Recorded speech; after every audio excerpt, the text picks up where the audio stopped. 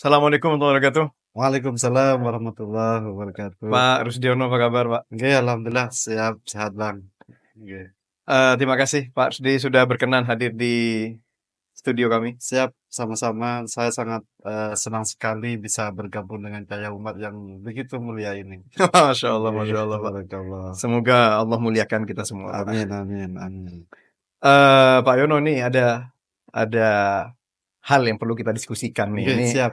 Nah, saya tertarik betul ingin lebih tahu tentang Ghana Recovery seperti apa, karena sepertinya rehabilitasi narkoba ya, Siap, penyandang narkoba di Madura sangat minim, mungkin satu-satunya siap, Ghana betul. ya. Oke, Nah, seperti apa asal mula atau bagaimana ceritanya sampai Ghana ini bisa ada di Pamekasan? oke. Silakan, Jadi Pak Yono. singkat cerita, dulu kita di Pamekasan kita buka klinik namanya, Hmm, klinik Pratama. Kemudian di situ ada layanan KB, ada layanan umum.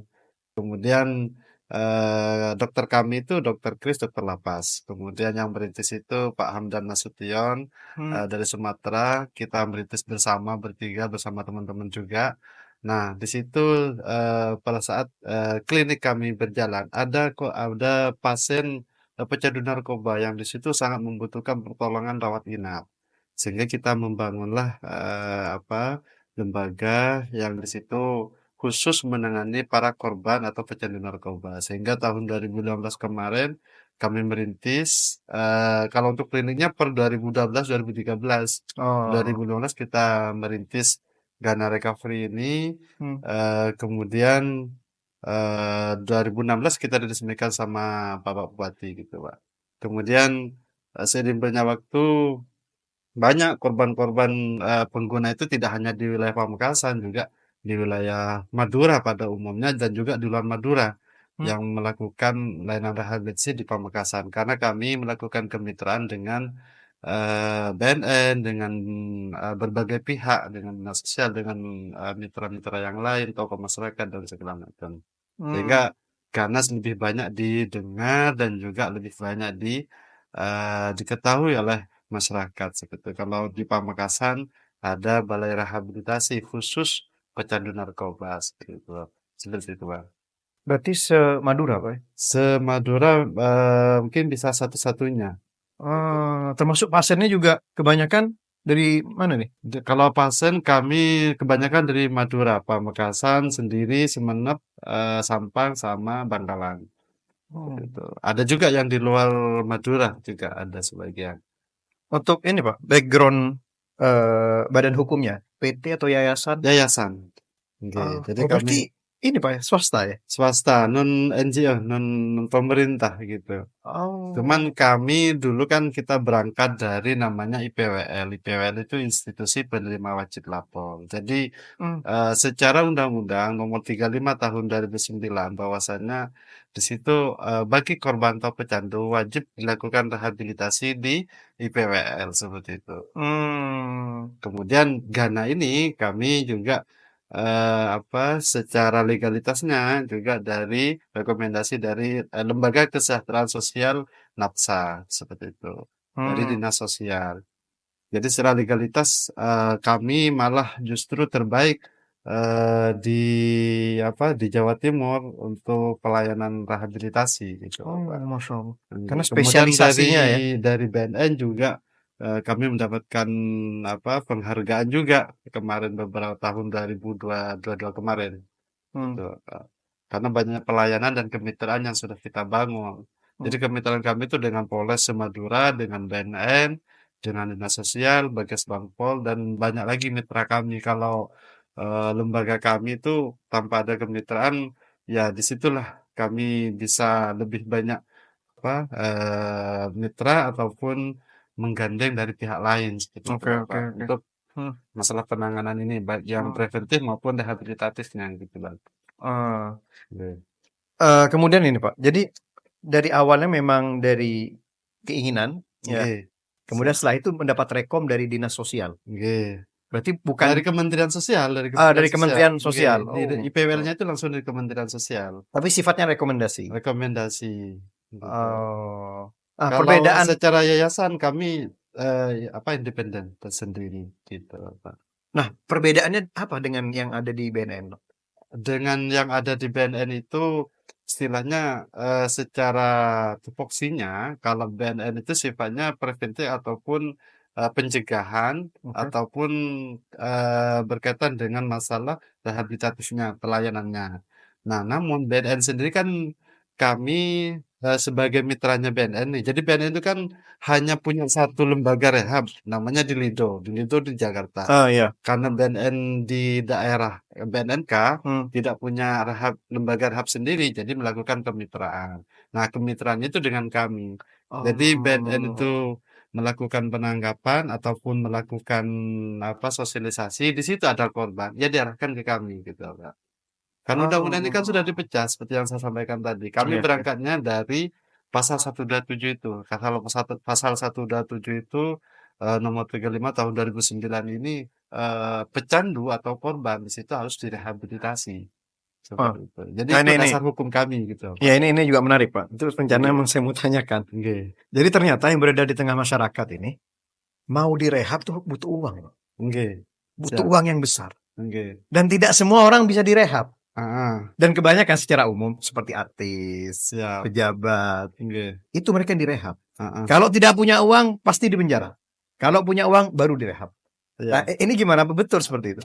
Nah, kalau soal itu tergantung dari menurut kami tergantung dari hasil, namanya gelar perkaranya. Dia tuh pecandu apa tidak? Dia itu korban apa tidak? Dia kurir kah? Dia bandar kah? Atau dia pengedar? Nah, itu tergantung dari situ, dari hasil, BAP-nya, berita acara pemberkasan ataupun gelar perkaranya. Hmm. Hmm. Karena kalau di pasal 127 itu murni korban. Korban itu adalah murni pecandu, pengguna. Murni pengguna. Nah, tapi ketika dia dilakukan, apa namanya, sidang Hmm. ataupun bahkan kalau dilakukan sidang sekalipun ada yang putusannya, pasal rehab, seperti itu, ada yang seperti itu. Hmm. Tapi kalau di kami, di balai rehab itu kami juga, menerimanya itu dari keluarga kebanyakan. Gitu. Kalau yang putusan itu kami jarang sekali, apa, Oh. menerima, cuman kami itu, kebanyakan dari keluarga dan juga dari Polres yang keluarganya ada keinginan untuk direhab melalui Polres gitu atau melalui BNN gitu. Hah, ada yang gitu, Pak? Ada banyak, karena memang sudah nggak mampu, anaknya sering gaduh gelisah, sering nyuri, sering habiskan banyak uang dan segala macam, sehingga dia minta bantuan ke pihak Polres ataupun BNN untuk dilakukan rehabilitasi gitu ya. Itu mungkin terjadi, Pak. Orang tua melaporkan anaknya Iya, sendiri. sebagian besar ada yang melaporkan anaknya untuk direhab, bukan untuk dipenjarakan, tidak. Seperti itu. Itu ada, terjadi. Sering, sering kami menerima itu. Oh. Kan klien kami itu kebanyakan dari titipan dari Polres yang itu ada permintaan dari keluarga seperti itu. Kalau keluarga sendiri yang bawa tidak memungkinkan karena kondisi anak withdrawal, putus zat, gaduh gelisah dan segala macam.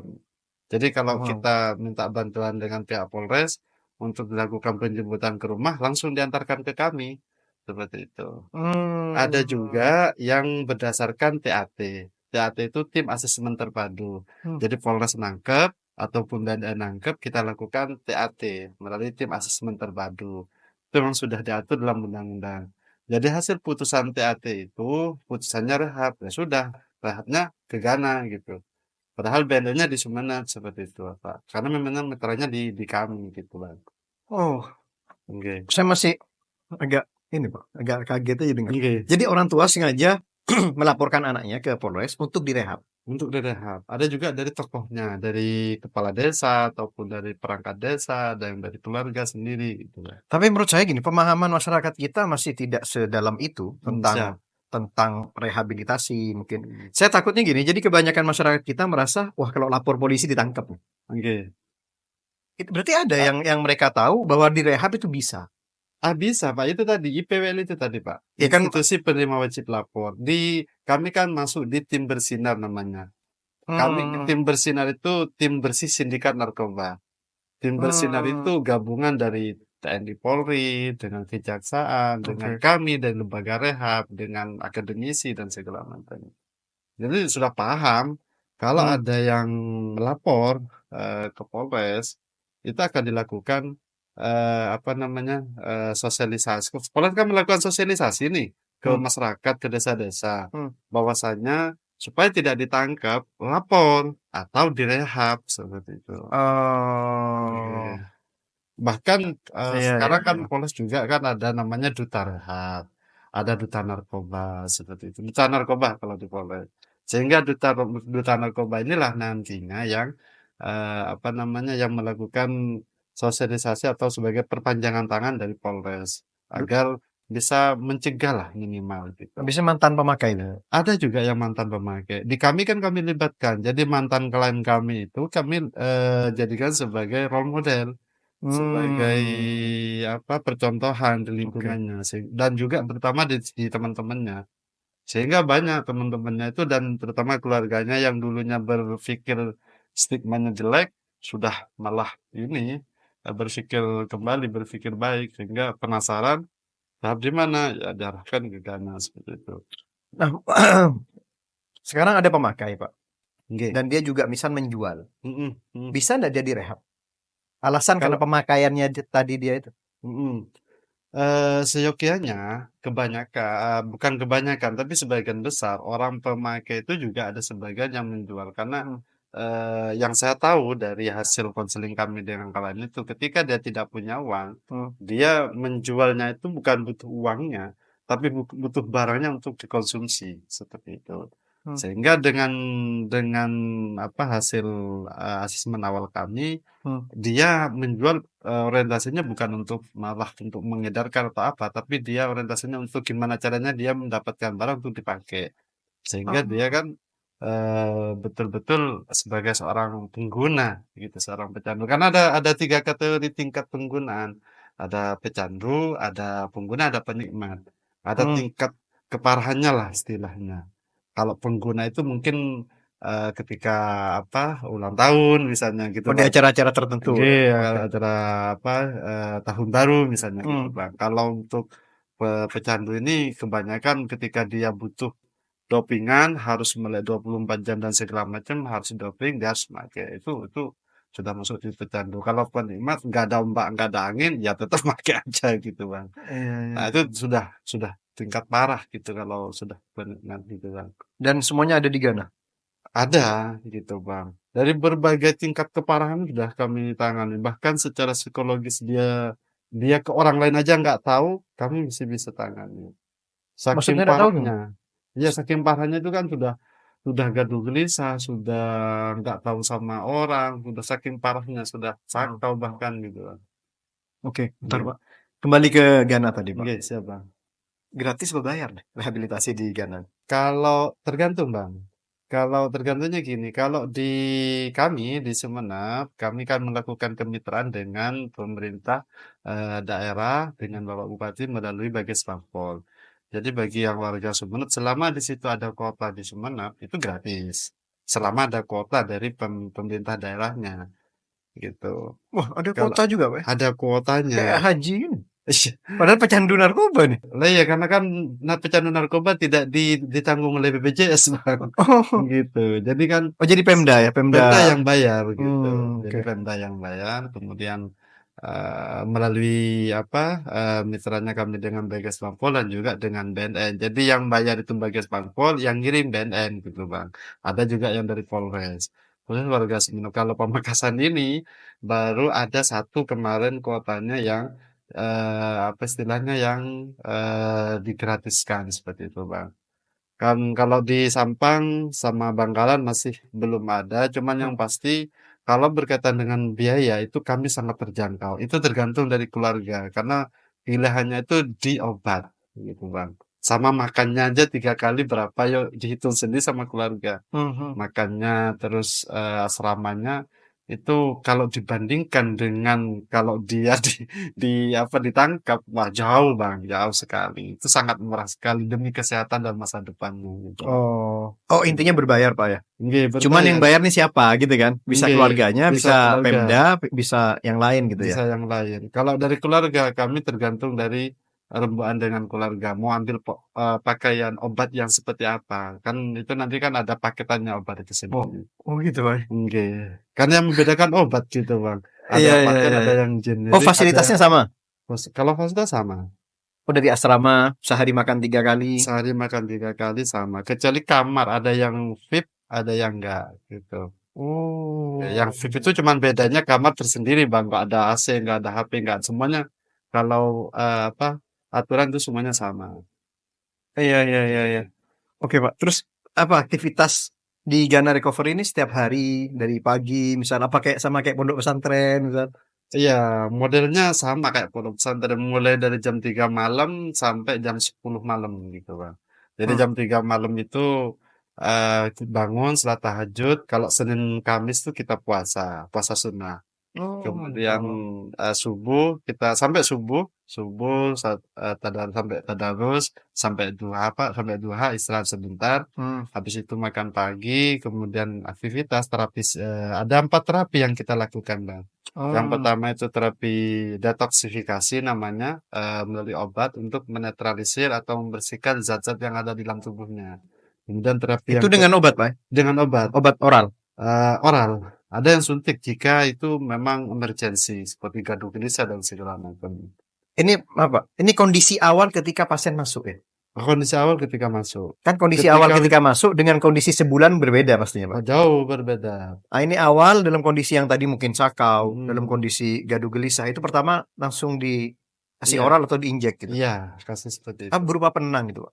Iya, beberapa pemenang. Penenang ya. Macam-macam ada yang berupa penenang. Kalau detoksifikasi itu memang kita di awal, tapi kalau untuk obat itu kita sampai selesai program kita tetap pakai obat karena obat itu kan bervariasi. Ada Hmm. yang obat memang untuk antioksidan, ada obat memang untuk apa kondisi tubuh untuk supaya lebih sehat dan juga untuk perbaikan sel saraf dan segala macam. Itu tergantung dari Kondisi. kondisi pasien dan juga penyakit penyertanya. Karena yang repot kan ada penyakit Oh. penyertanya akibat dari zat. Iya, Misal iya. dia penyakit penyertanya lambung. Dia karena kalau khusus pecandu sabu kebanyakan itu kan jarang makan dan segala macam. Itu Hmm. larinya ke lambung. Ada yang minum itu biasanya larinya ke gigi misalnya, itu sering saya gigi. Macam-macam ya tergantung dari penyakit penyerta akibat dari zatnya. Oh, kalau sering sakit gigi kemungkinan suka minum. Sebagian besar Oh, kalau sering. pecandu minum gitu, Bang, Iya, iya, yang iya. saya konseling dari, apa, teman-teman itu, korban Oke, itu. oke. Nah, jadi itu tergantung obat tetap kita berikan, tergantung dari kondisi dan penyakit penyerta yang, dialami oleh pasien.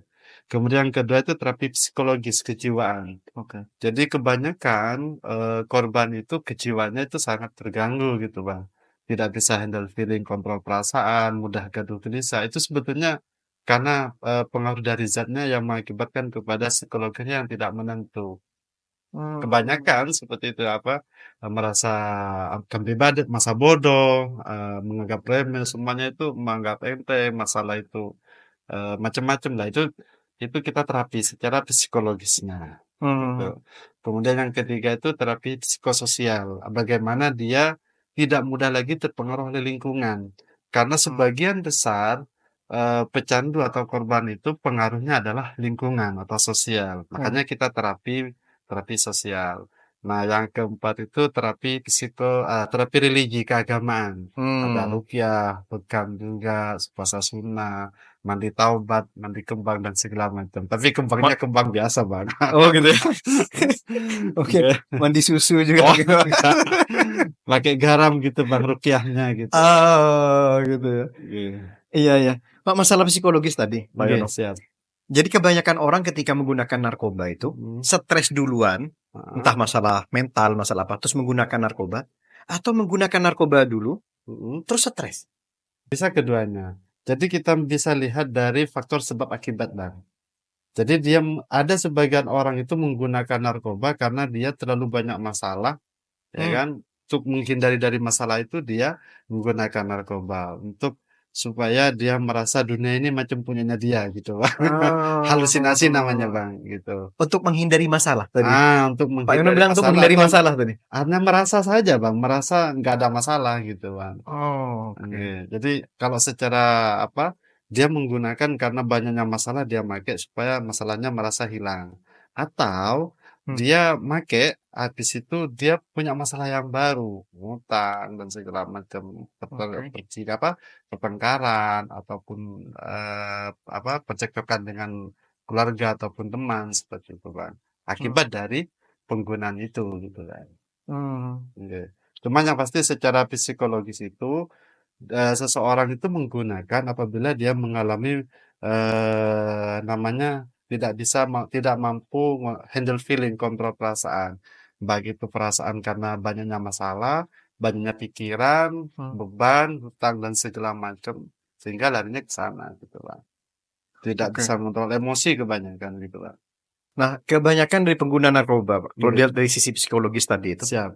kebanyakan mereka yang lemah secara karakter ya, Nggih, mudah ikut keadaan sosial, lingkungan, dan mhm, lain-lain gitu. Nah, mhm. kebanyakan karena masalah apa, Pak? Kebanyakan itu didominasi karena masalah, perbedaan persepsi dengan keluarga yang kalau di klien kami. Perbedaan persepsi dengan keluarga itu antara entah anak dengan orang tua, antara suami dan istri dan segala macam, terjadi perselisihan di situ. Permasalahannya kebanyakan faktor di situ. Intinya faktor keluarga lah, permasalahan Nomor keluarga. satu keluarga. Iya, kemudian nomor 2 yang paling dominan itu masalah pekerjaan. Masalah Hmm, ekonomi lah gampangnya. Tapi masalah ekonomi juga berkaitan dengan masalah keluarga sih. Masalah keluarga ini juga berkaitan karena ekonominya, tuntutan, Pak. tuntutan, pekerjaan. Tapi ada satu sisi, jadi keluarga baik-baik, tapi ekonomi atau pekerjaan ini yang mengharuskan dia harus menggunakan seperti apa istilahnya dia harus bekerja full time 24 jam dan segala macam. Hmm, Dan di situ yang harus menggunakan harus didoping gitu. Pak. oke, oke. Nggih. Wah, menarik, Pak. Kemudian kembali ke aktivitas tadi di Nggih. Ghana, Pak. Setelah ada 4 terapi tadi, sore misal sampai malam itu ada kegiatan apa?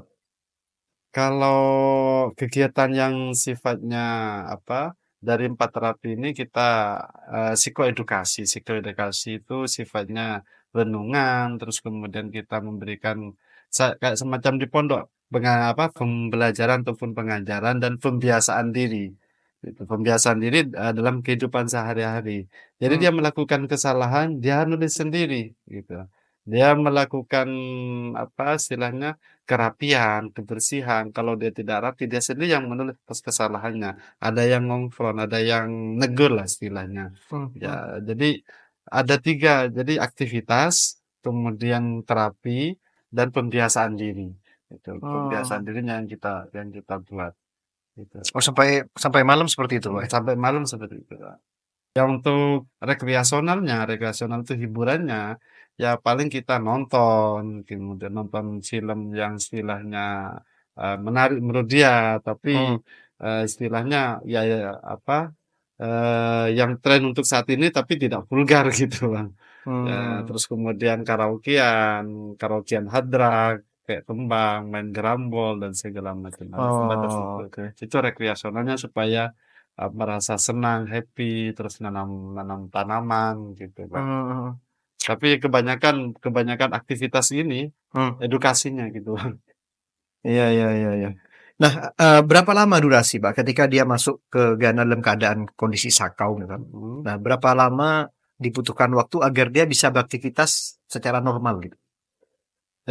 Itu tadi kami tergantung dari tingkat keparahannya apa ringan, sedang, berat, apa sedang berat gitu Bang. Hmm, Cuman kebanyakan kami pintu masuknya kan kita ditaruh di ruang isolasi dulu, namanya CIC. CIC itu kognitif intervensi untuk bisa mengintervensi yang bersangkutan tidak melakukan aktivitas dulu, ditenangkan dulu di ruang isolasi itu. Dengan obat itu biasanya 1 sampai 2 minggu perkiraan, Bang.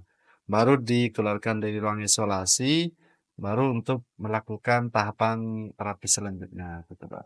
oke, berarti selama 2 minggu di ruang isolasi Di ruang tidak tersendiri. tidak boleh mengikuti kegiatan? Iya, dia dia kegiatannya hanya perenungan sama detox, gitu. Jadi selama di isolasi itu dia apa sih yang dia lakukan selama ini? Berapa banyak orang yang dia sakiti, berapa banyak orang yang dia hianati, Wow. berapa banyak uang yang dia habiskan untuk beli barang haram itu. Pokoknya dia menyesali lah dengan perbuatan-perbuatan yang dia lakukan selama ini gitu kan. Nah, baru kemudian dia juga berpikir apa sih yang harus dia lakukan setelah dari isolasi itu dan Hmm, setelah dari rehabilitasi itu. Nah, hmm. kita ketemunya di situ, Bang. Itu selama di ruang isolasi itu selama 1 sampai 2 minggu itu di masa perenungan itu sama detoksifikasi, Pak. Wow. Oke. Pak, saya tidak kebayang nih. Oke. Gimana menderitanya dia selama 2 minggu. Kalau menderita sih enggak begitu juga, Bang. Karena kan di ruang isolasi itu kan tidak tidak melulu di situ kan. Di situ kan kalau pas istirahat saja, Hmm. kecuali memang dia betul-betul withdrawal, putus zat. Karena kalau memang seseorang sebetulnya gini, Bang. Orang tuh mau berhenti, Bang. Sebetulnya, Pak, seyogyanya. Cuman barang itu nagih. Mana barangku? Namanya craving. Craving itu ada penagihan terhadap barang. Hmm. Nah, ketika barang itu nagih ke tubuh itulah muncullah yang namanya withdrawal, putus zat. Nah, seseorang tidak mampu diputus zatnya ini karena Hmm. ketika withdrawal putus zat muncullah gejala-gejalanya. Salah satunya pegel-pegel badan, sensitif, Wow. mudah marah, kemudian mudah ngamuk dan segala macam. Bahkan ini tangan sampai disayat-sayat, kebanyakan sampai ngisap darah dan segala macam. Itu tergantung dari narkoba yang dia pakai gitu kan. Itu yang saya maksud tadi, Pak. 2 minggu Heeh. itu kan berarti kemampuan pasien per pasien bisa beda, Pak. Beda. Ada yang kuat, ada yang tidak kuat nih. Ada, heeh. Cuman kan kami setiap per jam kita lakukan pemeriksaan, Bang. Obat kita rutin, pemeriksaan kita rutin. Jadi Hmm. ya tidak kesepian, cuman yang perenungan itu yang dimaksud dia supaya bisa punya rasa ya ke atas kesalahan yang sudah dia perbuat seperti itu, Bang. Dan itu aman Pak, secara Aman, medis. Bang. Karena kami sudah ada SOP-nya sudah, Bang. Nggak, saya gini Pak, saya kan orang awam ya. Saya Oke. tanya aja nih. Jadi kalau katanya teman-teman, saya alhamdulillah tidak merokok Pak. Oke. Cuman ada teman-teman merokok, oh Ah, kalau mau berhenti merokok itu pelan-pelan. siap. Kata mereka. Oke. Ya awal mungkin 5 bungkus Hmm. per hari misal. Hmm. Berkurang jadi 4, jadi 3, jadi 2, Oke. jadi zat adiktif itu di otak Oke. pelan-pelan gitu. Karena Siap. efeknya tadi bisa gelisah, bisa marah, bisa Hmm. emosional dan lain-lain. Nah kalau langsung tiba-tiba sejak hari pertama dalam kondisi sakau sudah diputus zat, Oke. tidak dikasih sama sekali. Ah. Nah, dampaknya seperti apa? Ya itu tadi, apa, kan yang awalnya, pegel-pegel, emosi dan segala macam ini Hmm? kan kalau bagi yang tidak direhab. Sementara kalau direhab kan kita sudah punya caranya, punya SOP-nya. Jadi bisa Oh, melewati masa withdrawal itu sampai ruang isolasi selesai, oh itu gitu, bedanya Bang. direhab dengan tidak Iya, direhab. Bang, gitu. Oh pastinya tadi diberi obat yang Ya, diberikan obat yang untuk bisa menenangkan atau bisa menetralisir zat yang ada di dalam tubuhnya, gitu, Bang. Karena seyogianya itu kan, sebagian dari narkoba itu kan obat medis gitu, Bang. Bukan berarti kita kasih obat dengan medis itu bukan, bukan dikasih narkoba jenis jenis obat yang mengandung narkobanya, bukan. Cuman kita kasih obat untuk menetralisir zat yang ada dalam tubuhnya. Sehingga withdrawal itu atau gejala-gejala tadi tidak muncul Bang, pada dia. Karena oh dia sudah yang awalnya pegel-pegel kan kita ada obat pegel-pegel misalnya. Misal iya iya ini iya logikanya gitu, Bang. iya iya Kita iya. gelisah dan segala macam, kita kan ada penenang. Jadi dia tidak tidak sampai ke situ gitu, Bang. Sehingga nantinya kalau sudah bersih dari zatnya, dia aman gitu, Bang. Oh kalau Bukan saya, reaksinya paling 1 sampai 3 minggu, Bang. 1 minggu. oh jadi ketika putus zat itu Mm-mm. lamanya reaksinya sampai 3 minggu. 1 sampai 3 minggu, 1 minggu atau sampai 3 minggu. Oh Pak, berarti selama 3 minggu misalnya Pak dia bisa bersabar gitu, Mm-mm. bisa tuntas putus zatnya. Bisa tuntas. Cuma yang namanya narkoba itu istilahnya keeps come back it's all if you were it namanya Bang. Dia akan selalu datang atau datang kembali Hmm. apabila dia bekerja, dia akan melakukannya. Artinya kalau dia itu istilahnya yang namanya narkoba ini Bang, terus Hmm. terang tidak bisa disembuhkan Bang. Hmm. Tidak ada dokter yang saya tahu, mungkin saya masih belum update, sampai sekarang tidak ada treatment ataupun obat yang bisa menyembuhkan yang namanya pecandu, tapi bisa memulihkan gitu loh, Bang. Bisa Hmm. menstabilkan gitu, Bang. Tetapi bagi para pecandu dan segala macam bisa saja itu disembuhkan seterusnya selamanya, tergantung dari polanya. Pola kehidupannya, kehidupan dia dan juga bagaimana dia menghindari dari yang namanya trigger. Trigger itu dia pengaruh terbesar dia menggunakan, Hmm. gitu, Bang. Hmm. Jadi bisa saja dia direhab ataupun tidak direhab namanya relapse. Relapse itu dia menggunakan kembali, bisa saja. Tidak ada hentinya, nah makanya kan artis-artis kemarin ditangkap, sekarang kok tangkap lagi. Ya itu tadi, karena memang relapse itu sering juga pernah terjadi, karena ada tahapannya gitu Bang. Hmm. Berarti di pemeliharaannya dia yang nggak kuat, gitu Bang. Mhm. Nah, kemudian jadi logikanya gini Bang, di rehab itu kan ada 5 tangga, tahapan pemulihan namanya. Pemulihan pertama itu namanya prakontemplasi. Dia tidak mau berubah, jadi harus dipaksa gitu Bang, karena masih asik dengan dunianya. Oke. Dia kan Ya. masih asik dengan dunia malam dan segala macam, tiba-tiba dimasukkan ke pesantren. Wah, gejolak loh Bang, Iya, kan gitu. iya, iya. Nah, jadi kita harus paksa dengan pelan-pelan masuk ke tangga kedua namanya kontemplasi. Dia sudah ada kemauan, tapi masih setengah-setengah. Nggak apa-apa, cuman setengah-setengah saja. Nah, baru tahap ketiga namanya preparasi. Dia sudah ada Hmm. keinginan, cuman masih kebingungan apa yang akan dia lakukan. Baru masuk tahapan yang keempat itu namanya aksi. Dia sudah mengactionkan keinginan itu sendiri. Nah, Hmm. baru yang kelima itu pemeliharaan. Nah, di pemeliharanya inilah yang kita kuatkan. Kalau Oh. di kami itu kita kontrol, kita lakukan komunikasi dengan staff, kita sering home visit, selain selalu ada komunikasi, Hmm. kita sering melakukan FSG namanya Family Support Group dengan keluarga, kita melakukan FDG Family Dialogue Group jika ada masalah antara klien dengan keluarga atau dengan Hmm. orang lain, seperti Hmm. itu Bang. Sehingga kebanyakan aman gitu Bang kalau di mantan klien kami. Iya, iya, iya, iya. Karena ada tindak lanjutnya gitu Bang. Berarti secara umum ada hal-hal yang memang itu bisa dikontrol oleh tempat rehab Siap. ketika sudah di dalam rehab. Nggih. Tapi ketika di luar, ya Di kembali luar ke karakter dan personal iya, masing-masing. siap. Tapi Ketika kami apa istilahnya tetap menggandeng gitu Bang. iya, iya, iya, iya. Nah, yang terjadi kan kebanyakan orang sudah pernah tadi ditangkap, terus Heeh. ketangkep lagi. Nggih. Berarti kan mungkin dia hal-hal yang men-trigger dia pakai kena Ah, lagi gitu ya. iya. Nah, orang dari pemeliharaan ini Bang, ada trigger namanya. Trigger itu 3 pengaruh besar dia menggunakan lagi. Oke. Yang pertama itu dari barang. Kalau dia sudah melihat barang ini craving Bang, kebanyakan sih. Saya nggak tahu juga, cuman cerita dari mantan klien kami ada yang seperti itu. Jadi ketika melihat barang, lihat tepung aja dia sudah merasa kayak barang gitu Bang. Oh, Akhirnya dia pakai lagi gitu Bang. alhamdulillah. Bahkan kalau nggak make ke situ, mengalihkan, Bang, turun level. Kalau nggak ke mohon maaf, kalau nggak ke sabu mungkin ke pil ataupun ke alkohol dan segala macam. Nah, ini yang juga, berbahaya, cuman alkohol, cuman pil. Padahal, alkohol itu windows, addiction, jendelanya narkoba, jenis-jenis sabu dan segala macamnya. Oh ya, jendelanya. Itu iya Bang, itu. Pintunya, apa, jendelanya untuk ke arah yang lain. Ya kalau pintunya ya Oh. dari berbagai jenis narkoba lain. Karena jenis narkoba ini kan banyak gitu Bang. Oh Jadi iya, iya, iya. dia melihat barang gitu Bang. Kemudian yang kedua itu karena ada tempat. Di mana tempat dia pakai. Misalnya dia pernah pakai di, mohon maaf, di gardu nih.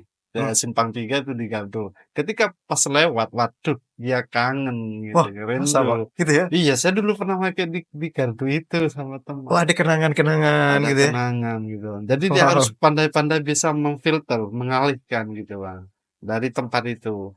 Yang lebih repot lagi kalau di kamar mandi. Masa dia mau ke WC kan gitu Bang. Oh iya, iya, iya, Nah, iya. nah itu kan kita harus bisa memfilter tempat itu gitu Bang. Walaupun di Wah, rumah, dimanapun harus, karena itu muncul tadi. Dia akan kembali, dia akan melakukannya, dia akan bekerja bila dia melakukannya. Artinya kalau dia tidak ke situ, tidak akan mungkin terjadi kan gitu Bang. Jadi yang kedua itu adalah tempat. Nah, yang paling parah itu adalah orang. Orang itu adalah temannya, teman penggunanya. hmm, Kalau sudah teman lamanya misalnya lama menghindar, menghilang misalnya tiba-tiba 2 tahun, 3 tahun ketemu, wah ngajak reuni. Nah, ini yang bahaya gitu, Bang.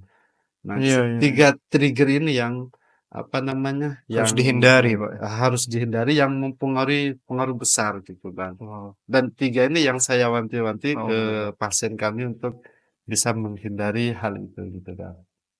Iya. Cuman yang paling menakutkan, Pak, Nggih, yang paling parah, siap.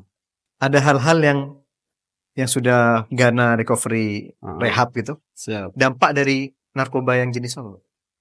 Kalau yang selama ini yang kami tahu itu adalah Putau, Bang. Cuman kalau saya baru pernah pertama Hmm. menerima apa pasien Putau itu cuman tidak lama juga gitu, Bang. Hmm. Selain Putau adalah Sabu. Kebanyakan rata-rata ke pasien kami itu adalah pengguna Sabu gitu, Bang. Hmm. Oh, sabu ya. Selain Sabu juga ada yang kombinasi antara Oh, alkohol sama masih, Pak. gimana ya? Batu sih sebetulnya Bang. Itu yang sangat berbahaya dioplos dengan thinner, dengan bensin. Iya, Bahkan iya. lebih parahnya sekarang ngelem Bang. Ini yang agak anak muda yang agak ini. Ini sampai anak sekolah ya. Iya, Anak itu sekolah ngelem. ngelem itu Wah, juga akan waduh. berisiko Pak gitu Bang. Kalau hal yang didapat oleh Mhm. Pak Yono selama berapa? 10 tahun ya, coba Siap. ya. Oke, Selama masa 2 minggu tadi Pak isolasi, siap. ada hal yang sampai, wah ini orang nggak kuat nih, Mhm, untuk menahan diri mhm, setelah putus zat. mhm. Ada nggak Pak yang sampai parah kondisinya? Ada Bang, akhirnya kami rujuk ke RSJ karena dia Hmm. lebih ke apa namanya, lebih ke kejiwaannya Bang. Ya, ada berapa hari? 5 hari kalau nggak salah. Waduh luar biasa Bang. Withdrawalnya sangat keras sampai berisiko ke dirinya, ke orang lain. Sehingga kami lakukan komunikasi dengan pihak keluarga, dengan pihak PNE dan juga pihak RSJ terkait dengan hal ini. Ya, kami lakukan rujukan. Cuma satu cuman sih Bang. Hmm, oke. Kalau yang lainnya separah apapun selama itu masih bisa kita kondisikan, ya kita kondisikan gitu. Itu separah apa Pak? Sampai dirujuk ke RSJ? Iya sampai selama di isolasi itu nggak berhenti apa gedor-gedor apa pintu juga istilahnya kondisinya sangat sangat arogan gitu Bang. Sudah tidak seperti orang para pecandu lainnya gitu Bang. Wow. Memang riwayatnya juga kami kaji ke keluarga itu memang pernah dari RSJ, dari SD menor gitu Bang. Ya sudah kita rujuk lagi dulu, kondisikan dulu kejiwaannya, nanti kalau sudah stabil baru kita terapi secara adiksinya. Oh, tidak bisa langsung terapinya barengan gitu? Bisa juga asal kondisi kejiwaannya itu betul-betul apa stabil gitu kan. Hmm. Karena kalau yang terakhir yang kami terima yang beberapa hari itu sebetulnya karena memang dia itu punya riwayat kejiwaan gitu bang. Oke. Seandainya nggak punya riwayat kejiwaan itu apa kita masih bisa kita kendalikan ada obat khusus gitu kan. Karena ada Hmm. kejiwaannya itulah yang sama dokter hanya harus dirujuk deh gitu. Iya, iya, iya. Pak Yono, saya mendengar penjelasan Pak Yono ini Hmm. tentang merehab pasien narkoba ini sangat kompleks, Pak. Siap, betul Dari Bang. ceritanya kayaknya pasti butuh dokter, butuh perawat, butuh Oke, psikolog, oke. butuh apa? Medis, tenaga Medis, medis. tenaga medis, butuh mungkin orang-orang kuat besar buat megang atau gimana. Ini seperti apa yang ada di Ghana, Pak? Apa saja tim Siap. medisnya? Jadi kalau di kami itu secara fisik ya alhamdulillah secara ada juga yang besar, tapi bagi kami itu bukan prioritas, Bang. Yang Mhm. jadikan kami prioritas itu adalah edukasinya. Jadi kalau di kami itu dokter ada, psikologi itu juga ada, perawat, kemudian tenaga admin, terus apa akademisi, advokat juga termasuk peksos juga ada di situ, pekerja sosial. Hmm. Nah, di situ kami kompleks gitu, Bang. Jadi berbagai permasalahan itu kami sudah bisa Oh. ini. Ada juga dari lembaga swasta juga kita gandeng untuk life skill-nya. Life skill itu keterampilan hidupnya. Nanti setelah dari sana Hmm. pasiennya apa, kami menggandeng di situ. Gitu. Jadi maksudnya setelahnya biar ada kerjaan ya? Ada kerjaan atau ada aktivitas. Hobinya ini anak apa sih misalnya? Ya itu kita gandeng dengan orang-orang yang sesuai dengan ini. Sesuai dengan kebutuhannya dia. Gitu lah. Oke, Pak. Selama ini durasi penyembuhan, durasi pengobatan sampai sembuh itu berapa bulan, Pak? Idealnya kami Bang 6 bulan, idealnya. Karena mulai dari detox kita butuh waktu 1 sampai 2 bulan. Dengan segala macam obat. Dengan segala macam obat. Oh. Kemudian secara apa psikologis dan segala macam tadi butuh 1 bulan sampai 2 bulan. Kemudian psikososial tadi itu butuh 1 sampai 2 bulan juga. Jadi kompleks 6 bulan. Untuk religinya bisa kita lakukan selama 6 bulan itu sebagai pola pembiasaannya gitu bang. idealnya seperti itu. Cuman ada juga yang 3 bulan, 4 bulan, ya tergantung dari Oke. tadi tingkat keparahannya. Dia Hmm. menggunakan apa nih? Apakah obat-obatan, apa cuman jenis ganja ataupun jenis pil ataupun cuman alkohol Hmm. ataupun sabu ataupun secara keseluruhan Hmm. apa kombinasi. Nah, tergantung dari jenis narkoba yang dia pakai dan tingkat keparahannya gitu, Pak. Oke. Dan kondisi seseorang itu sendiri gitu. Oh. Iya. Untuk yang psikososial tadi apa dilepas gitu, Pak? Kalau Beberapa di jam di luar misal atau aktivitas di luar. Oh enggak Bang, kalau psikososial itu namanya re-entry. Re-entry itu kita lakukan kepulangan dulu Hmm. beberapa hari nanti balik lagi gitu. Oh. Kalau psikososial itu di kami kita ajarkan secara apa sosialnya apa istilahnya semacam seminar gitu Bang. Kemudian juga selain seminar ada pembiasaan seolah-olah sosial gitu Bang. Ini ada yang jadi masyarakat, ini yang ada yang jadi tokoh, ini yang jadi ini, gimana perannya dia di masyarakat, dia mampu nggak menghargai Oh. gitu ya. Jadi bisa kita lihat dari pembiasaan itu, Oh, di asrama itu, Pak? dia asrama itu. Ada yang jadi kepala desa. Bukan kepala desa Enggak, sih, Bang. gimana gimana? Ada ketua ketua kamar gitu, Oh, Pak. ketua kamar. Modelnya kayak di masyarakat gitu. Oh. Gimana dia kalau misalnya tokoh kalau itu berarti kan tidak dihargai kan gitu. Oh. Nah, Jadi itu polanya pola sosial gitu, Bang. biasanya bulan keberapa tuh? Ini sudah bisa jadi kepala kamar, ini bisa jadi Biasanya ini. bulan kedua, bulan ketiga, bulan keempat. Oh. Oke. Ada bagian-bagian namanya stakeholder. Stakeholder itu sebagai apa calon role modelnya di antara yang lain nantinya sebelum pasca rehat. Nanti setelah 6 bulan kita lakukan terminasi, Hmm. istilahnya kepulangan dulu beberapa minggu kita kontrol gitu Bang. Kita Oh. kontrol ataupun dia kembali lagi ke kana Hmm. beberapa minggu keluar lagi. Cuman kami menyarankan ya sudah setelah 6 bulan ini seperti apa pola kehidupan di luar. Cuman kita ada program khusus namanya NA Meeting. NA Meeting itu setiap seminggu sekali memang diperuntukkan bagi mantan-mantan klien gitu Bang. Hmm. Jadi istilahnya HP itu ngecas gitu Bang. Oh, oke. Gitu. Oke. Iya, iya, iya. Biar nyambung terus juga gitu Bang. Nah, itu biasanya sampai berapa 6 bulan tadi semuanya atau idealnya seperti itu atau ada yang 3 bulan sudah dinyatakan sembuh? Kalau untuk idealnya itu 6 bulan dan 3 bulan 4 bulan itu kami masih ke detox sama psikologisnya belum maksimal di psikososialnya Psikososial. gitu Bang. Ya kebanyakan kalau keluarga sudah 3 bulan merasa anaknya enak sembuh ya sudah Pak kami rawat sendiri secara sosialnya. Oh, ada seperti itu. Ada yang seperti itu. Karena memang ada beberapa alasan mungkin pekerjaan, mungkin mau kawin dan segala macam gitu Oh, Bang. oh, Ya, sama. karena memang itu salah satu apa keluarga itu bagian dari program kami gitu Bang.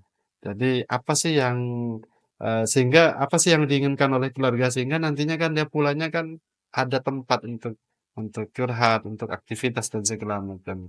Sebelum pulang kita matangkan dulu Oke, oke. di internal kami gitu Bang. Apa nih pascanya rehabnya ini setelah dari sini gitu Bang. Nah, gini Pak Yo, tadi kan disampaikan bahwa tidak ada orang yang sembuh total Mhm. dam dari dampak menggunakan narkoba ya. Ya, maksudnya Sembuh tidak total, heeh, total sembuh sebagaimana orang normal mhm. lainnya. Kalau sembuhnya sih bisa tidak sembuh Bang, tapi pulih Bang. Nah ini yang Nah, secara teorinya. itu maksud saya. Nah, indikator Gana rehabilitasi ini apa indikatornya ketika menyatakan bahwa orang ini sudah Oh ya, pulih? oke. Apa indikatornya? Nah, jadi ibaratkan kalau indikatornya Bang, itu bisa lihat dari apa sejauh mana di aktivitasnya, secara psikologis dan juga secara sosialnya. Hmm. Dan juga secara dia handle feeling, kontrol perasaannya itu seperti apa. Jadi indikator yang paling menentu itu secara medis. Dia sudah beberapa hari, beberapa minggu kan sudah tidak withdrawal. Udah nggak sakit lah secara Hmm. medisnya. Hmm. Kita lihat dari Hmm. asesmen awal kan banyak nih.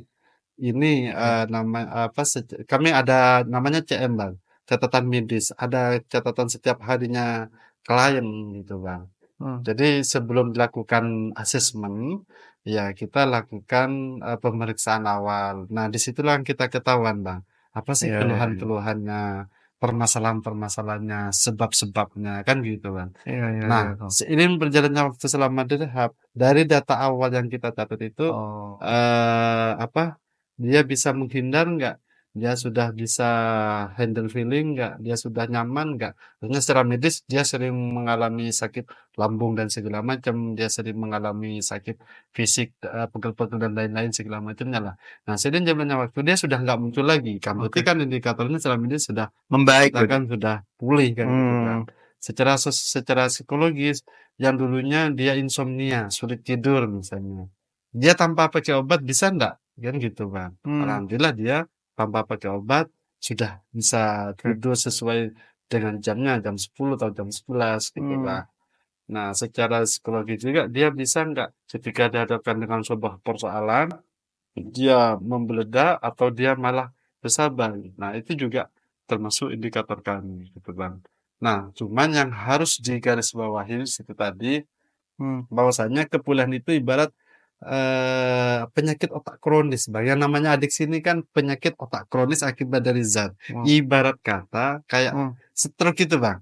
Iya, Atau iya, iya, iya. ya stroke lah gampangnya. Hmm, Atau kencing manis.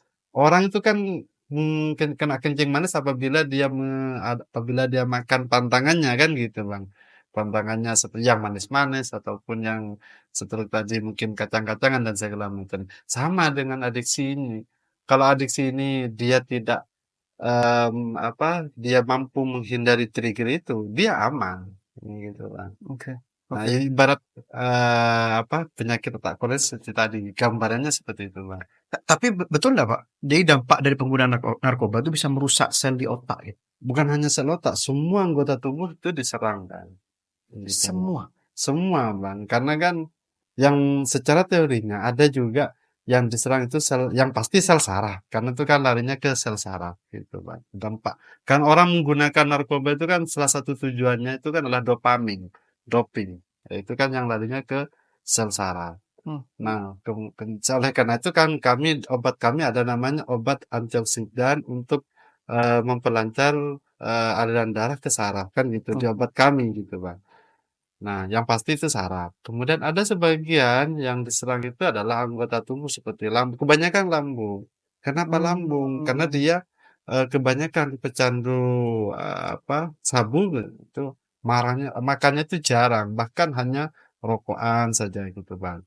Yang hmm, lebih parah lagi kebanyakan kalau pengguna ganja, sebagian yang saya terima dari hasil konseling yang lain itu kalau sudah dia menggunakan ganja kerongkongan terasa haus terus dia sehingga dia harus minum air yang dingin bahkan air es batu itu hampir mau ditelan gitu Bang saking hmm. saking Kering. keringnya gitu Bang. Nah di situ juga kan akan bahkan sering gitu Bang dilakukan kan berdampak kepada tenggorokan. Ada tenggorokannya yang kena, ada yang lambungnya yang kena, ada yang liver. Nah itu Oh, tergantung dari waktu dia menggunakan seperti apa pola kehidupannya, gitu Bang. Makanya kalau di kami itu namanya penyakit penyerta akibat dari zat itu, gitu Bang. Yang diserang tuh ada kalau saraf yang dikena, ya kebanyakan kadang nggak nyambung, kadang bicara pelo, kadang bicara ke barat larinya ke timur, gitu iya, iya, Bang. iya. Itu memang pengaruh dari saraf itu tadi Bang. Nah, tapi pengaruh yang Pak Yono sebutkan barusan, itu bisa hilang ketika mereka menggunakan lagi. Kalau itu tergantung tadi, Bang. Dia menggunakan bisa hilang, bisa saja nambah ke yang lain gitu, Bang. Tapi hilang keluhan yang tadi. Bukan pas hilang, Bang, cuman ringan saja, Bang. Maksudnya dia pegel-pegel nih, ya Iya, kan, lemes dan macam. sakau Dia terus tuh. dia make, kemudian dia pegel-pegelnya mungkin merasa hilang. Tetapi livernya yang masih masih makin parah gitu, Oh, oh. Pak. Pegel-pegelnya aman, terus kemudian lemesnya dia merasa seger, tapi livernya dia merasa kesakitan gitu. Pak, saya Ke punya yang cerita, lain. saya punya cerita sedikit. Nggih, siapa? Saya punya teman, Nggih. dia itu dulu sering punya masalah sama keluarganya, Pak. Oh, siap. Bahkan orang tuanya pernah ke saya, Mhm. minta tolong nasihatin temanmu. Oh, gitu. Temanmu ini sama saya kurang ajar, sama bapaknya kurang ajar, sama Heeh, ibunya kurang ajar. Nangis, Pak, orang tuanya ini ke saya. siap. Tidak lama dia itu menikah, Pak. Setelah menikah, orang tuanya ke saya juga. Ini anak saya sama istrinya kasar.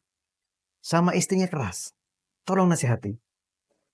Ada momen tertentu saya nasihatin, Pak. Ya, sebatas teman sama teman gitu ya. Siap. Subhanallah berubah, Pak. Alhamdulillah. Berubah. Tepat 1-2 tahun dia berubah, Pak. Orang tuanya saya ketemu, gimana kabarnya teman? Oh, alhamdulillah, terima kasih banyak, Naf. Saya juga merasa saya tidak ngasih apa-apa, saya cuma sebatas teman gitu ya, sebatas teman. Ya, taunya gimana? Oh, alhamdulillah istrinya sudah hamil dan Alhamdulillah. seterusnya anak, Pak. Alhamdulillah gitu. Jatuhnya ketangkep, Pak. Oke, siap. Ketangkep, Pak. Saya kaget, Pak. Jadi ternyata perubahan dia selama 2 tahun itu make, Pak. Saya tidak tahu itu make apa, cuman perubahan drastis, Pak. Siap. Jadi dalam hati saya, waduh ini kok lebih baik ketika make gitu ya. Gimana Pak menyikapi ini Pak? Jadi makanya tadi saya tanya kan, stres duluan, dia punya masalah duluan terus make. Apa make duluan terus stres? Soalnya secara perilaku, dia membaik ketika make. Bahkan ada orang-orang bilang, tuh anggo dengan kui, lebih sopan, lebih nyaman, lebih ngerti daripada tak ngakui gitu. Ini gimana nih menyikapinya ini? Iya, kalau di kami itu istilahnya bertopeng, Bang. Apa itu? Bertopeng. Oh, bertopeng. Jadi untuk bisa mengelabui lingkungan sekitar, kalau kita itu baik-baik saja, dia itu bertopeng. Oh, oke. Cuman ketika dia itu berada di puncak permasalahan yang dia alami, ya itu tadi mengalami kondisi emosional yang tidak stabil, gaduh gelisah, insomnia dan segala macam. Nah di situ permasalahannya. Jadi kalau berkaitan dengan apakah dia punya masalah dulu ataupun dia make dulu makainya dulu pas dia punya masalah atau punya masalah dulu make, bisa saja keduanya, Bang. Karena ada sebagian itu di lingkungan keluarga, ada juga yang lingkungan pekerjaan. Dia ini secara logika yang kedua, Bang, gambarannya. Dia pekerjaannya baik-baik saja, fine-fine aja, ya kan. Kemudian dia make sehingga ketika dia make pekerjaannya berantakan. Sehingga berat kan gitu. Dia harus make lagi untuk mendoping dia pekerjaannya supaya cepat selesai. Ada juga karena pekerjaannya berat. Dia make untuk bisa mempercepat pekerjaan itu sendiri. Nah, ada juga yang sebetulnya banyak faktor, Bang. Sekarang ini faktor yang sangat dominan itu, Bang, yang tren lah istilahnya, itu adalah judol, Bang, judi online. Ya, istilahnya pengaruh terbesarnya selain ada masalah pekerjaan, masalah keluarga dan segala macam, judi online-nya inilah yang pengaruhnya sangat besar terhadap penggunaan seseorang gitu. Karena merasa dia main racing namanya. Main racing itu bermain-main dengan pikiran gitu kan. Di dalam permainan itu gitu kan. Nah, disitulah yang membuat seseorang itu kondisinya tidak menentu. Ada masalah atau tidak, ataupun pekerjaan berat atau tidak, dia menggunakan karena untuk mendoping judi online-nya itu tadi gitu. Supaya main racing, bermain-main dengan pikiran gitu kan. Wow. Berarti pakai narkobanya karena judol tadi. Jadi karena judol tadi. Sekarang yang tren ini seperti itu, Pak. Dari hasil temuan kajian kami. Pak, ini makin kompleks, Pak. Okay. Segmen baca. Jadi ternyata dari tahun 2022 sampai tahun 2024 pengguna di Indonesia yang tercatat, Pak. Yang tercatat, Pak ya. Bukan sesungguhnya gitu ya. Siap. Yang tercatat pengguna narkoba di Indonesia tahun 2002 sampai 2024. Jadi 2 tahun. Itu 3,3 juta pengguna.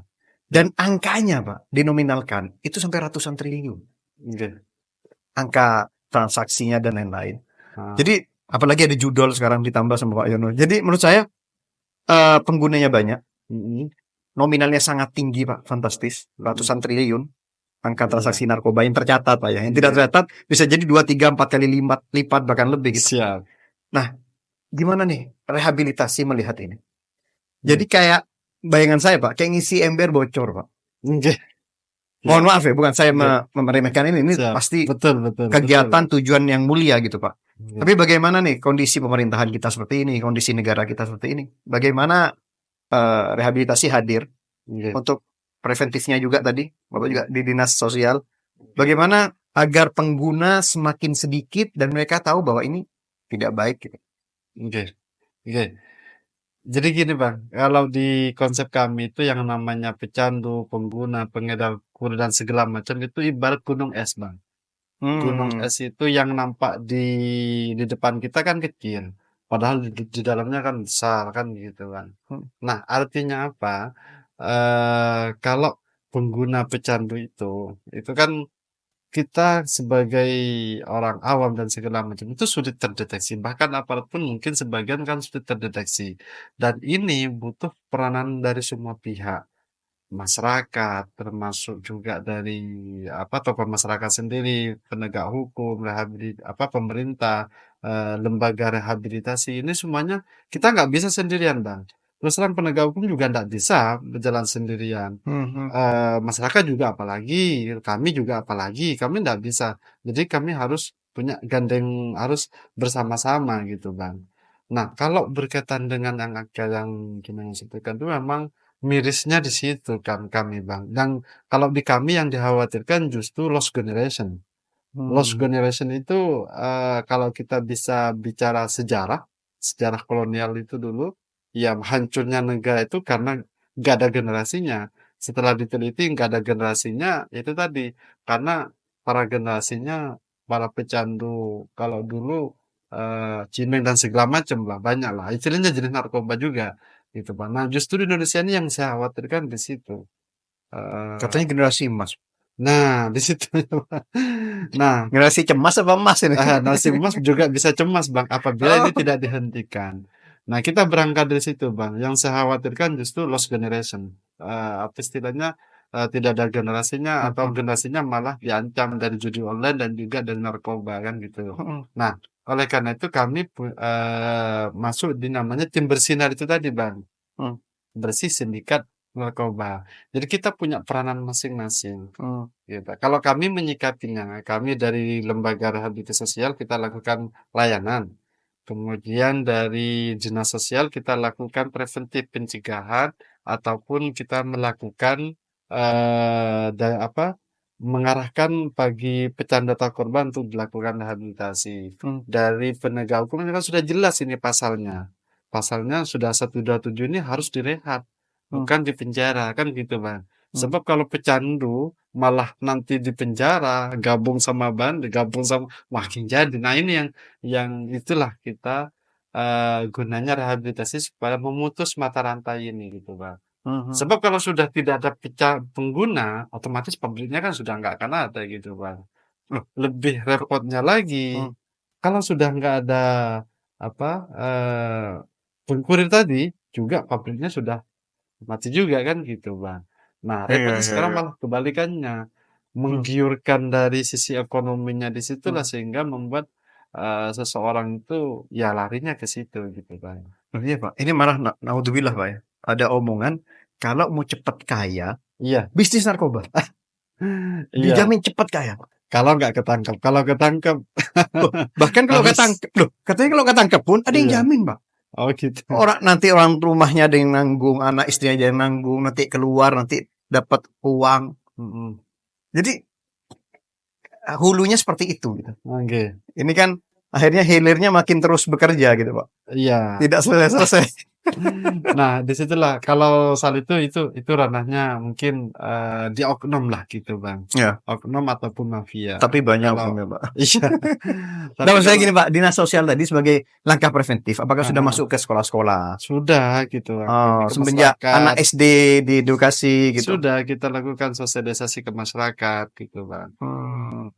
Kalau secara pemerintahannya sudah kami lakukan, kemudian secara rehabilitatifnya di Ghana ini sudah kita lakukan layanan. Sudah komplit sebetulnya Pak kita. Cuman itu tadi kerannya ini loh sering sering bocor kami nggak tahu dari mana solusinya gitu Pak.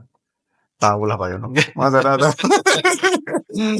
Nggak tahunya kami ini anak keluar dari Ghana apa ya akhirnya paling gitu Pak. Iya, iya, iya. Iya. Selama 10 tahun Pak, sudah berapa banyak yang direhab? Wah, mungkin kalau dihitung dari 2014 ke 25. 2025 ini mungkin bisa dibilang ratusan, Bang. Karena setiap tahun kami Kebanyakan rawat jalan Kang yang banyak Bang, sampai ratusan setiap tahunnya. Kalau rawat inap ada berkisar 60 sampai 80 setiap tahun. Oh. Kalau rawat inap, kalau rawat jalan yang ratusan. Kalau rawat jalan itu kita lakukan home visit ke rumah, ada juga dari orang itu sendiri ke kantor gitu kan. Hmm. Ini menarik betul Pak untuk dibahas nih. Oke. Emang waktu sudah 1 jam tapi. Pertanyaan terakhir nih Pak. Tak apa-apa santai Bang. Iya. Oke. Kita kan orang awam nih. Siap. Sering berkomunikasi, sering diskusi, dan juga kita bersosial gitu. Oke. Apa perbedaan atau gejala apa, tanda-tanda apa dia pengguna atau dia pemakai? Ini istilahnya gejala awal Bang ya. Bukan berarti kita melakukan treatment, oh dia pecandu, tidak. Oh iya. Kita bisa lihat dari sisi fisik Bang. Hmm. Kalau kita secara fisik mungkin bisa kita lihat dari kelopak mata. Kalau kelopak mata ini ke mata panda, itu sebagian besar pecandu itu kelopak matanya itu agak gelap. Tapi tidak semua kelopak mata itu gelap, dia pecandu, tidak. Berarti saya bukan Pak. Bukan. Nah, Kebanyakan mata panda kan agak gelap ke sini. Kenapa? saya kurang tidur Pak. Kebanyakan karena sering melek kan gitu. Iya. Pecandu narkoba sepertinya kebanyakan itu jarang tidur. Bisa 2 hari 24 jam nggak tidur bisa. Oh iya? Gitu, Bang. Bisa Bang. Tapi kondisi fisiknya biasa Pak? Kondisi fisiknya biasa. Ada yang klien kami yang seperti itu. Sampai 3 hari nggak tidur kok Bang, kadang Bang. Wow. Gitu. Aktivitas seperti biasa. Jadi secara fisik ini. Kemudian kalau pecandu puto bisa lihat dari fisiknya di sini, dia ada bekas suntikan atau tidak, atau bekas sayat-sayat atau tidak. Ada sebagian kalau dari klien kami itu sering mengatakan refleks gini kan, gitu Bang. Jadi bukan ingusan. Kalau ingusan paling mungkin gini paling selesai. Kalau sedang dia berhalusinasi seolah-olah ini adalah bongnya. Ada sebagian yang seperti Apa? itu. Bongnya? Bong itu alat hisapnya gitu Bang. Oh. Iya. Bang, namanya gitu Bang. Iya yang lain ini Pak. Bong yang lain berarti. Iya. Iya. Jadi di situ Bang. Karena di sini juga ada bong soalnya Pak. Itu bong. Nah, jadi dia merasa. Oh dia personalisasi di sini ada barangnya ya? Iya berhalusinasi gitu Bang. Oh. Wow. Itu lagi sakau Pak? Enggak refleks aja Bang. Dia merasa kebiasaan gitu Bang. Jadi sudah merasa kebiasaan seperti ini. Itu secara fisik. Kalau secara kebiasaan sehari-hari bisa kita lihat dari perilakunya. Kalau dia bicara seperti ini, mungkin saya bicara sama abang, mungkin tidak eye contact, tidak tatap mata, karena takut, dia pasti kelihatan. Mungkin dia bicara ini atau mungkin masih ngelah kemana, karena takut terlihat. Kalau bercanda itu pasti orang tuh pasti tahu, oh ini make atau enggak. Gitu. Oh ya? Merasa parno gitu loh bang.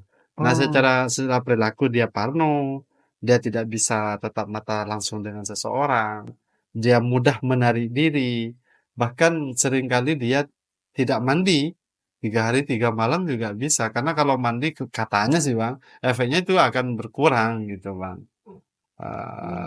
Yang jelas sering pakaian kumuh dan segala macam. Berarti Bisa lihat dari perilakunya. Iya.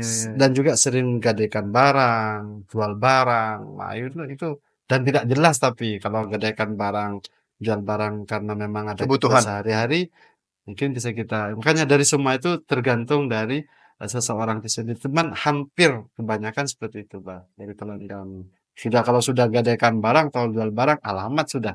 Dia sudah ke tempat ini gitu, Bang. Wow. Itu gejala secara umum seperti itu secara semua? perilaku Bang, iya. Nggak, secara umum. Apa kalau misalnya dia pengguna sabu seperti ini, kalau ganja seperti ini? Umum Bang, secara umum. Ada yang spesifik nggak? Kalau secara spesifik, kalau pengguna sabu, ya apa saya bisa praktekkan Bang. Kalau sering melihat ada botolan, kemudian ada sedotan 2, nah itu berarti sudah dia bekasnya ini. Ya, bekasnya dia untuk menggunakan sabu. Kalau ini sabu. Kalau dia ngepil, ya tentu ada. Dan juga kalau sabu sering menemukan plastik klip kayak obat-obatan cinyang di sini itu bang, klip yang kecil, mungkin di situ. Atau mungkin bisa lihat dari koreknya. Kalau pinjam koreknya, terus kemudian kalau dinyalain itu kayak jarum, wah ini habis digunakan gitu bang. Kalau kan biasanya kan normalnya kan besar. Kan, tapi ini enggak gitu, kayak lidi gitu bang nyalanya gitu. Terus kemudian itu kalau secara pengguna sabu. Kalau secara pengguna ganja itu bisa dilihat dari perilaku. Kalau dia ketawa-ketawa terus nggak berhenti-henti, nah itu alamat bang. Karena Ketawa tapi Pak. Bukan senyum ya, bukan? bukan, nggak ada ombak nggak ada angin ketawa bang. Karena efek dari ganja itu eufora, Oh, merasa euforia, ya. euforia, merasa senang terus gitu bang. Macam dunia ini punyanya kita gitu bang. Wis, luar Gitu, biasa. Bang. Oh gitu, seneng terus Pak. Masa seneng terus gitu bang. Katanya sih bang. Gitu. Iya, iya, iya, iya, iya. Konsep Iya, tahu aman, gitu aman Pak bang. Yono. Kayaknya menjurus ke saya. Enggak. Aman, aman. Kemudian kalau dari apa istilahnya kalau itu ganja, kemudian kalau dari alkohol yaitu bisa kita lihat dari botol-botol yang ada di kamar dan segala macam. Hmm, Terus bisa lihat dari jalannya. Kadang jalan itu sudah kayak sembrang poyongan gitu. gitu gitu kan. Oh, itu mabuk Pak. Nah, Lagi mabuk itu. kalaupun nggak mabuk, jalannya gitu beda bang. Jalannya Oh, nggak stabil gitu bang. Artinya koordinasi tubuh itu kadang nggak sesuai, nggak beraturan gitu bang. Yang lebih parahnya lagi kalau pengguna komiks gitu bang, itu kan juga berbahaya juga sekarang kalau apa obat obat batuk itu Pak? iya obat baru itu deh. Kalau sampai Komik itu. 2 cup kemudian disatukan terus diminum ataupun dicampur itu sekarang anak-anak muda larinya ke situ sangat Oh iya Pak. berbahaya gitu bang. Oh, bisa juga Pak. Kalau itu bisa lihat dari di kamarnya banyak berserakan itu, gitu. Apabila keluarga atau masyarakat menemukan itu atau sering saya sendiri malah sering sering ngusir gitu Bang. Apabila ada anak-anak nongkrong di situ tempat, saya samperin. Kalau di bawahnya itu banyak komik, udah saya usir. Wah, itu bahaya. Kalau di situ banyak bungkus komik gitu ya. Oh. Karena Sekarang itu juga disalahgunakan gitu Bang. sekarang juga banyak ini Pak, obat penenang. Iya. Anak-anak nongkrong gitu. Itu Ya. banyak di asbaknya atau di mananya yang ngerokok itu banyak obat penenang. Heeh. Itu umum kayaknya Pak. Iya, makanya itu kan disalahgunakan sebetulnya seperti komik tadi sebetulnya kan obat batuk, Bang. Cuman disalahgunakan sehingga dia membuat ya itu tadi kalau disatukan itu efeknya hampir sama dengan jenis narkoba yang lain, efeknya gitu, Kak. Iya, iya, iya, iya. Kemarin Pak, berapa minggu yang lalu ada digerebek yang di Oh iya, Propo kalau itu Pak. Wih. siap. Itu sebagai bentuk langkah ikhtiar bersama dengan Bapak Kapolres gitu, Bang. Hmm. Kami kan sebelumnya kan melakukan MOU dengan Kapolres ini, Kapolres Pamekasan untuk rehabilitatifnya gitu, Bang. Sehingga setelah dari itu dari Polres melakukan penggerebekan supaya untuk apa ikhtiar bersama sebagai bentuk pencegahan Hmm. dan juga memutus mata rantai ini gitu kan antara Hmm. pengguna, pecandu, pengedar dan kurir gitu, Bang.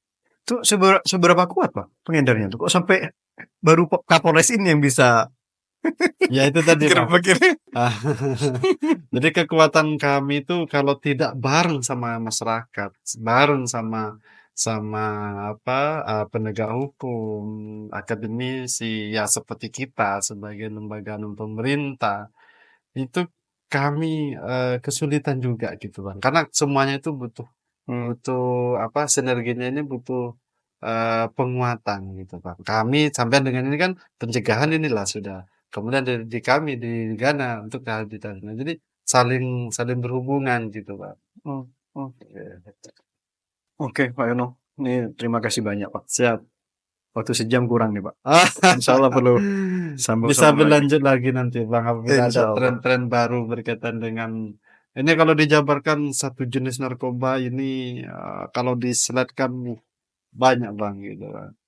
Ya, Pak Yono mungkin ada closing statement dari Bapak secara pribadi atau mewakili dari Ghana. Siap. Silakan, Oke. Pak Yono.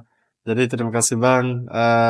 Kami dari pemerintah melalui rehabilitasi sosial bidang Rahsos dari dinas sosial dan juga berangkat dari Ghana Recovery Pamekasan sebagai LRKM Lembaga Hmm. Rehabilitasi Komponen Masyarakat atau dari Lembaga Kesejahteraan Sosial NAPSA. Kami mengajak kepada masyarakat agar bisa menjauhi dari narkoba. Karena saat ini narkoba, judi online, itu akan mengancam kita, keluarga kita, dan masa depan keluarga kita. Yang harus kita pahami adalah kalau kita menggunakan narkoba ataupun judi online, maka hal itu secara tidak langsung kita bunuh diri secara karakter, bunuh diri secara tidak langsung. Karena itu akan merusak diri kita sendiri, masa depan kita, dan juga masa depan keluarga kita. Oleh karena itu, kita harus lebih waspada, mencegah lebih baik daripada mengobatin. Dan apabila sudah kadung terlanjur, ya kita lakukan pengobatan di lembaga rehabilitasi sosial di Ghana Recovery Madura.